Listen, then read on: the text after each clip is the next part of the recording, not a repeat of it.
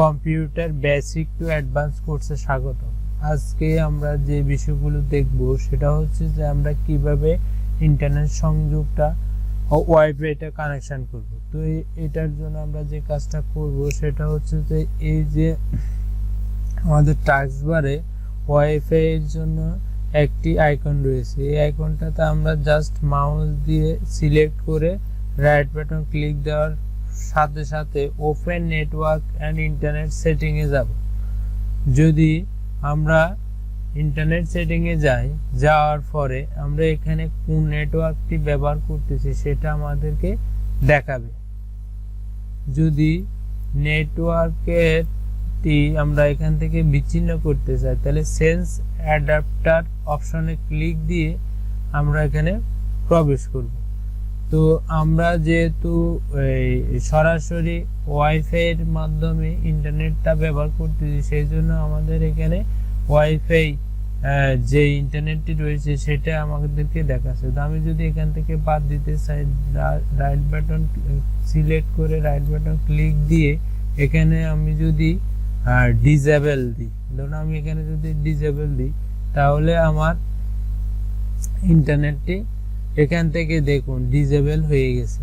অর্থাৎ এখান থেকে আমি ডিসেবল করার সাথে সাথে এখানে আমাদের এই যে আইকনটি রয়েছে সেটা কিন্তু ডিসেবল দেখাচ্ছে। আবার যদি আমরা সিলেক্ট করে রাইট বাটন ক্লিক দিয়ে এনেবল করে দিই তাহলে কিছুক্ষণের মধ্যে আমাদের ওয়াইফাইটি কানেক্টেড হয়ে যাবে। দেখুন একটু সময় নিবে আমাদের এই ওয়াইফাইটি কানেক্ট হয়ে যাবে। এখানে কানেক্ট হয়ে একটু সময় নিবে, কিছুক্ষণ সময় নেওয়ার পর এটা কানেক্ট হয়ে যাবে। তো এভাবে আমরা আমাদের ওয়াইফাইটি কানেক্ট করতে পারবো এখান থেকে। আরেকটি পদ্ধতি রয়েছে সেটা হচ্ছে যে আমরা যদি যেই নোটিফিকেশনটি রয়েছে আমরা যদি এখানে ক্লিক দিই, ক্লিক দেওয়ার সাথে সাথে আমাদের ওয়াইফাই কানেক্টেড হচ্ছে কিনা বা কোন ওয়াইফাইটি ব্যবহার করছি সেটা আমরা দেখতে পারবো। তো এখান থেকে আমরা যদি ওয়াইফাই এর কোনো প্রবলেম থাকে, অথবা আমরা এখানে সিলেক্ট করলে যদি ক্লিক দিই এখান থেকে আমরা ডিসেবল করতে পারি, ডিসেবল করে দিতে পারি। আমরা যদি এই ওয়াইফাইটা যদি মোবাইলের হটস্পট হিসেবে ব্যবহার করতে চাই তাহলে আমরা এখানে যদি এই অপশনটাকে সিলেক্ট করে দিই তাহলে আমরা মোবাইলের যে হটস্পটটি রয়েছে সেটা আমরা ব্যবহার করতে পারবো। এখানে আরেকটি বিষয় দেখাবো সেটা হচ্ছে যে আমাদের যদি ওয়াইফাই কানেকশনটি কোনো প্রবলেম করে তাহলে আমরা কি করব।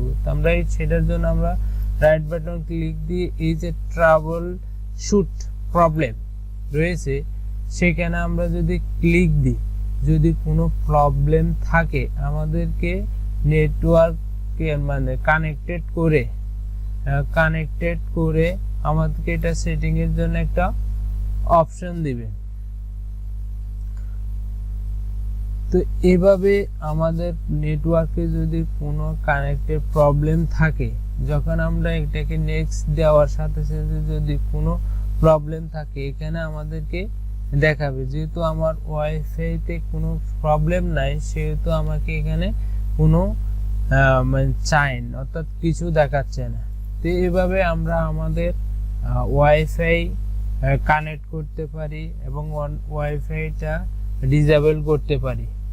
তো এই হচ্ছে যে ওয়াইফাই এর মানে আমরা কানেক্ট এবং ডিসেবলের পদ্ধতি। একটা ব্রাউজার ওপেন করি, যেহেতু সবচেয়ে বেস্ট আমরা সবাই ক্রোম ব্রাউজারটা ওপেন করি, তো আমরা গুগলে ক্রোম ব্রাউজারটা ওপেন করলাম। ওপেন করার পরে যদি আমরা কোনো কিছু সার্চ দিই, ধরুন আমি যদি ঢাকা সার্চ দিই, DHAKA ঢাকা সার্চ দিই, এন্টার বাটন লিখে এন্টার বাটনটা ক্লিক দিই তাহলে আমাদের ঢাকার যে বিবরণীটি রয়েছে সেটা আমাদেরকে দেখাবে। তো এটা যদি পুরোটা ডিটেলস দেখতে চাই, তা আমরা সবসময় যে ওয়েবসাইটটা ব্যবহার করব মানে ফলো করব সেটা হচ্ছে যে উইকিপিডিয়া। তো আমরা উইকিপিডিয়াটা ওপেন করে দেখব ঢাকার যে বিস্তারিত যে ডিটেলসগুলো রয়েছে সেগুলো আমরা দেখতে পারবো। এখন আমরা যদি এই লেখাগুলোকে বাংলা দেখতে চাই তাহলে আমরা কি করব? এই জন্য আমরা যে কাজটা করব, এখানে ভাষা চেঞ্জ করার জন্য আমাদেরকে অপশন দিয়েছে। তো আমরা এখানে যদি ক্লিক দিই তাহলে উইকিপিডিয়ার যে ইংলিশ বা ওয়ার্ডগুলো রয়েছে সেটা সম্পূর্ণ বাংলা হয়ে যাবে। তো আমরা এখান থেকে বিস্তারিত জানতে পারবো। আবার যদি আমি এটাকে অ্যারাবিক হিসাবে দেখতে চাই, তাহলে আমি এখান থেকে ভাষা সেম সিলেক্ট করে নিতে পারবো। এখানে 165টি ভাষা রয়েছে, আপনার যেটা প্রয়োজন সেটা আপনি এখান থেকে সিলেক্ট করে আপনি ব্যবহার করতে পারবেন। এই জন্য আপনি যদি সঠিকভাবে ইন্টারনেটটা ব্রাউজিংটা ভালোভাবে জানেন।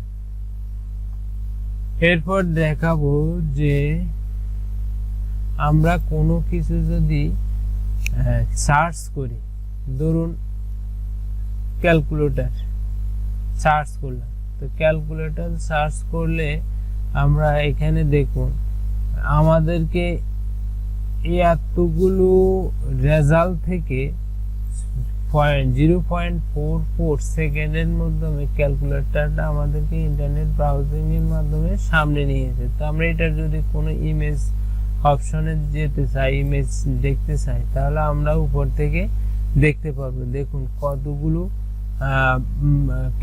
ধরনের ক্যালকুলেটর রয়েছে, আমরা ইমেজের মাধ্যমে আমরা সবগুলো দেখতে পারবো। এখন আমরা যদি মনে করেন আইফোনের ক্যালকুলেটরটা দেখতে চাই, ঠিক আছে, তাহলে আমরা আইফোনের যে ক্যালকুলেটর সিস্টেমটি রয়েছে সেটা আমরা দেখতে পারবো। এখানে যে সার্চ অপশন রয়েছে আপনাকে দেখাচ্ছে আপনি কোন ধরনের ক্যালকুলেটর দেখতে চান। ধরুন আমি ক্যালকুলেটর আইকন দেখতে চাই, আমি ক্যালকুলেটর আইকনে ক্লিক দেওয়ার সাথে সাথে ক্যালকুলেটরের যে আইকনগুলো রয়েছে আমি এই ক্যালকুলেটর আইকনগুলো দেখতে পারবো। আপনার যা ইচ্ছে আপনি সবগুলো এভাবে সার্চ করে দেখতে পারবেন। তারপর আমরা যদি ক্যালকুলেটর কোনো ভিডিও দেখতে চাই তাহলে আমরা ক্যালকুলেটর সম্বন্ধে ভিডিও এখান থেকে সিলেক্ট করলে ভিডিও দেখতে পারবো। আবার যদি আমি কোনো বুক দেখতে চাই, হ্যাঁ, তাহলে আমাদের পিডিএফ কোনো বুক দেখতে চাইলে আমরা এখান থেকে দেখতে পারবো। আবার যদি আমরা ম্যাপে যেতে চাই, আমরা যদি সিলেক্ট করি তাহলে আমাদেরকে গুগল ম্যাপে নিয়ে আসবে। এরপর আমরা যদি মোর অপশনে ক্লিক দিই তাহলে এখানে নিউজ রয়েছে, আমরা যদি ক্লিক দিই নিউজ অপশনে যেতে পারবো। এখন আমরা অনেক সময় প্রয়োজন হয় যে কপিরাইট ফ্রি ইমেজ, তখন আমরা যে কাজটা করব এই যে টুলসে ক্লিক দিব, এখানে রাইট ইউজ অর্থাৎ ইউজ রাইটে ক্লিক দিয়ে ক্রিয়েটিভ কমন্স লাইসেন্সে ক্লিক দিলে যে ইমেজগুলো আমরা রিউজ করতে পারবো সেই ইমেজগুলো আমাদেরকে এখানে দেখাবে। তখন আপনি যদি এটা ব্যবহার করেন আপনার কপিরাইট কোনো ক্লেম আসবে না। তো এই ভিডিওটি এখানে শেষ, পরবর্তী নেক্সট কোনো ভিডিওতে আরো বিস্তারিত আলোচনা করব।